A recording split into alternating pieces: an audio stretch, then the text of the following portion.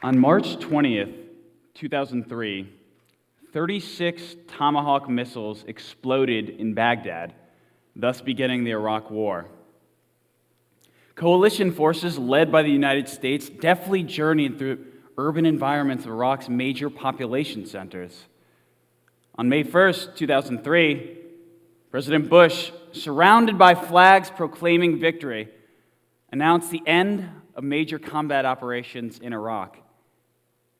The United States and its allies within Iraq then began the arduous process of stripping down and building the country ground up. The United States formed the Coalition Provisional Authority to govern the country during this interim period until the establishment of a democracy.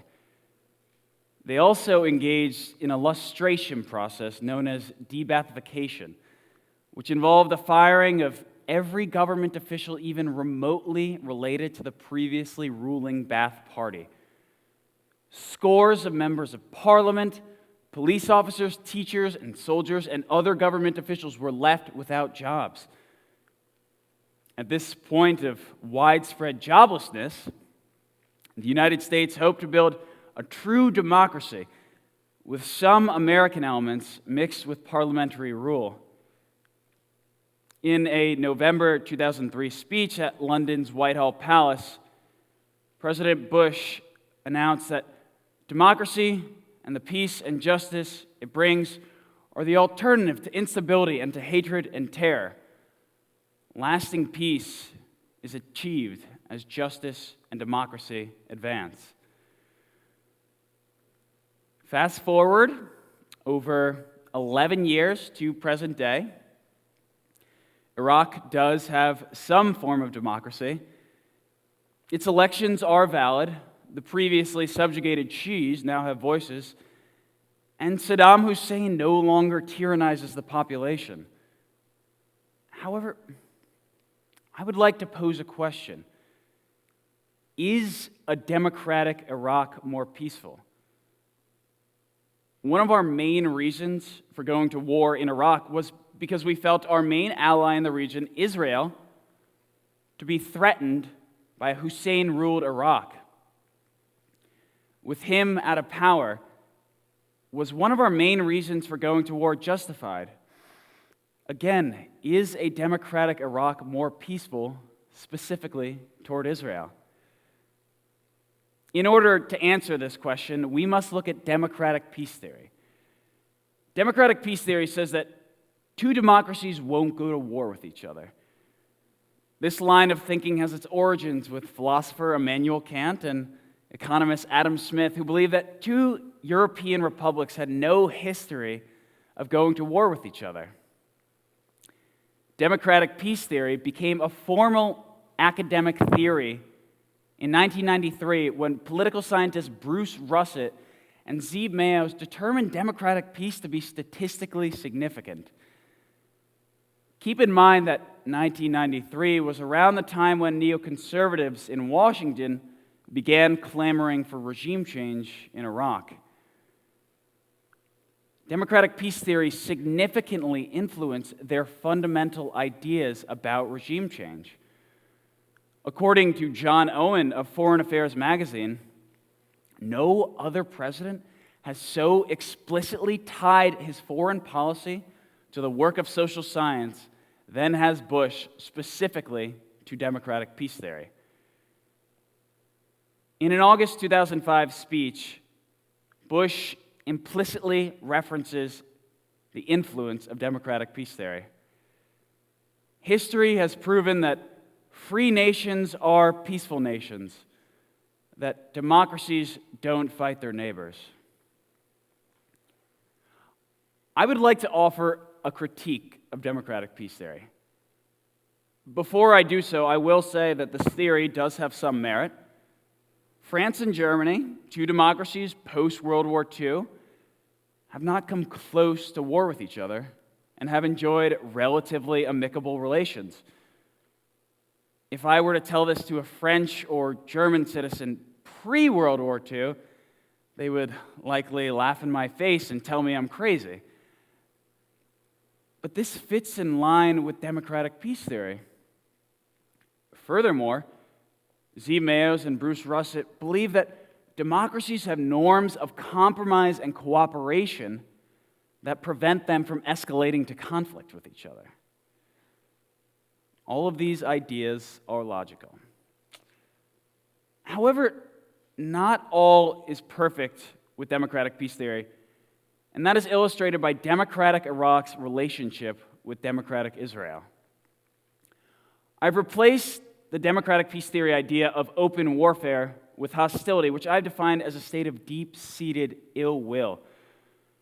This change is important because hostility is a precursor to open warfare, and wars don't occur without precedents.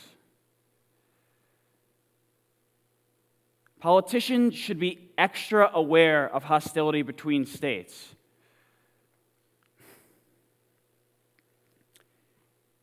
In relation to this critique, political scientist Harvey Starr believes that the change from authoritarianism to democracy makes no difference in how Iraq relates with Israel. Instead, structural constraints lead them to continue to act toward Israel in an overtly hostile manner.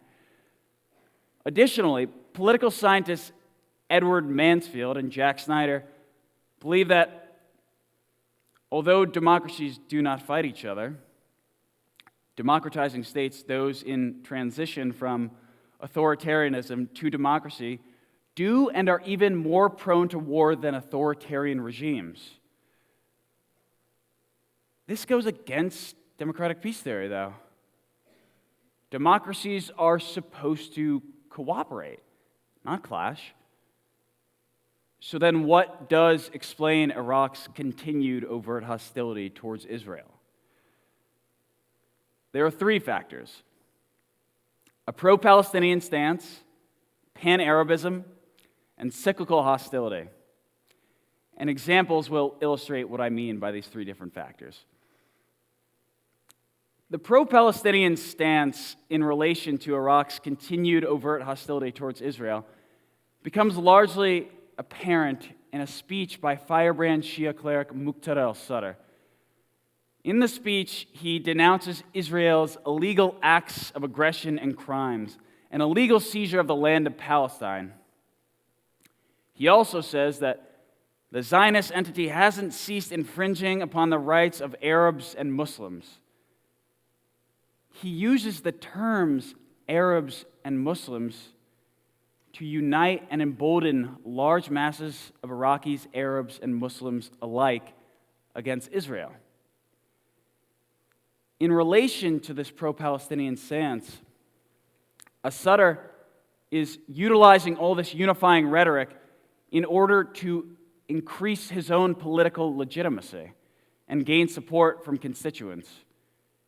He uses the term Arabs and Muslims to unify Iraq because also Iraq contains a significant Kurdish population that is often othered or considered non-Arab by certain politicians.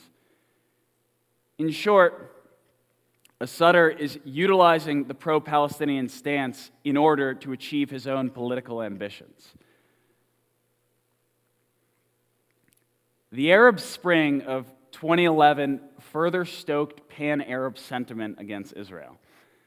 Prime Minister Nouri al-Maliki rarely mentions Israel in speeches, but he warned that those countries experiencing democratic revolutions should be wary of Israel's taking advantage of the turmoil. He used and still uses pan-Arab rhetoric to unite all of Iraq against Israel. He's also attempting to unite the countries of the Arab Spring with Iraq, reminiscent of a deeply ingrained theory that Israel was designed by the West to continue the subjugation of Arab peoples. Al-Maliki's conspiratorial idea touches upon the fears of many Iraqis, that without taking a hard stand against Israel, they will face subjugation themselves. Iraqis alive under Saddam's regime will not soon forget his dictatorial tendencies. They will also not forget that he stood up to Israel when few would or could.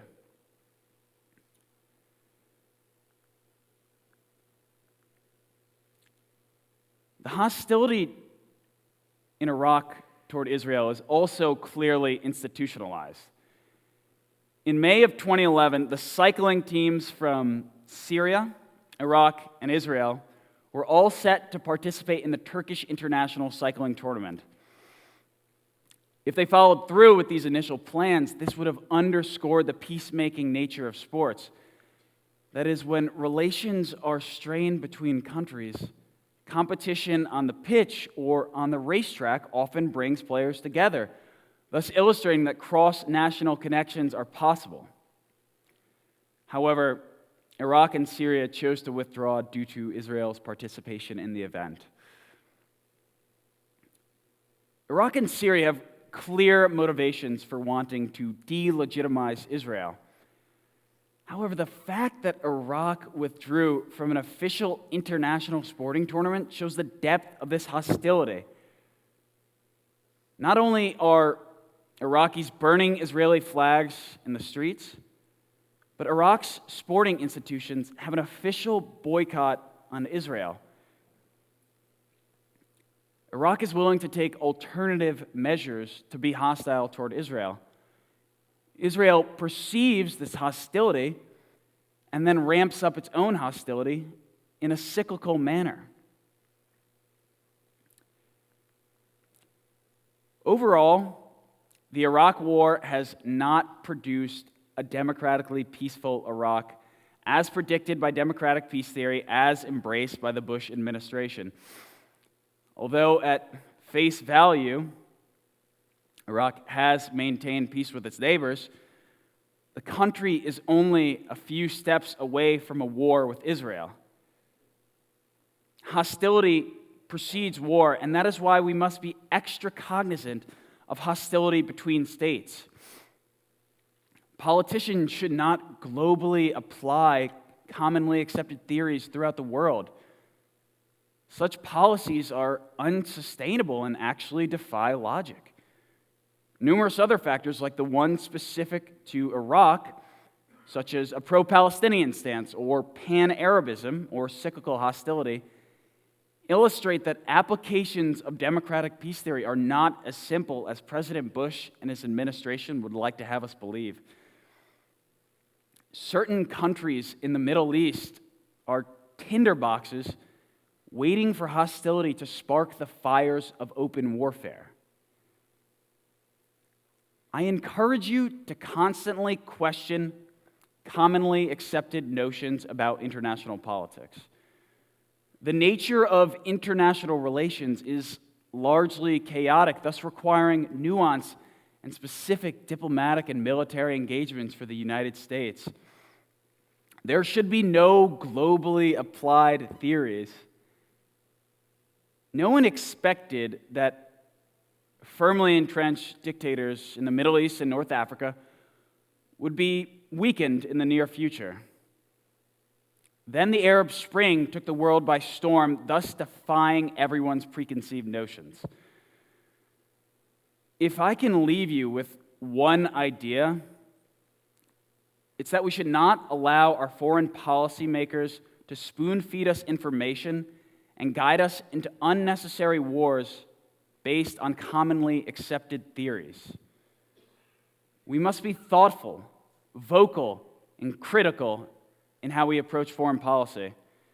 We must consider ethnic, historical, and regional ties in order to understand the nuances of a particular situation. Whether as citizens or foreign policy decision makers, we have the power in our hands to change how the U.S. interacts in the international realm. Let us make the world a better place.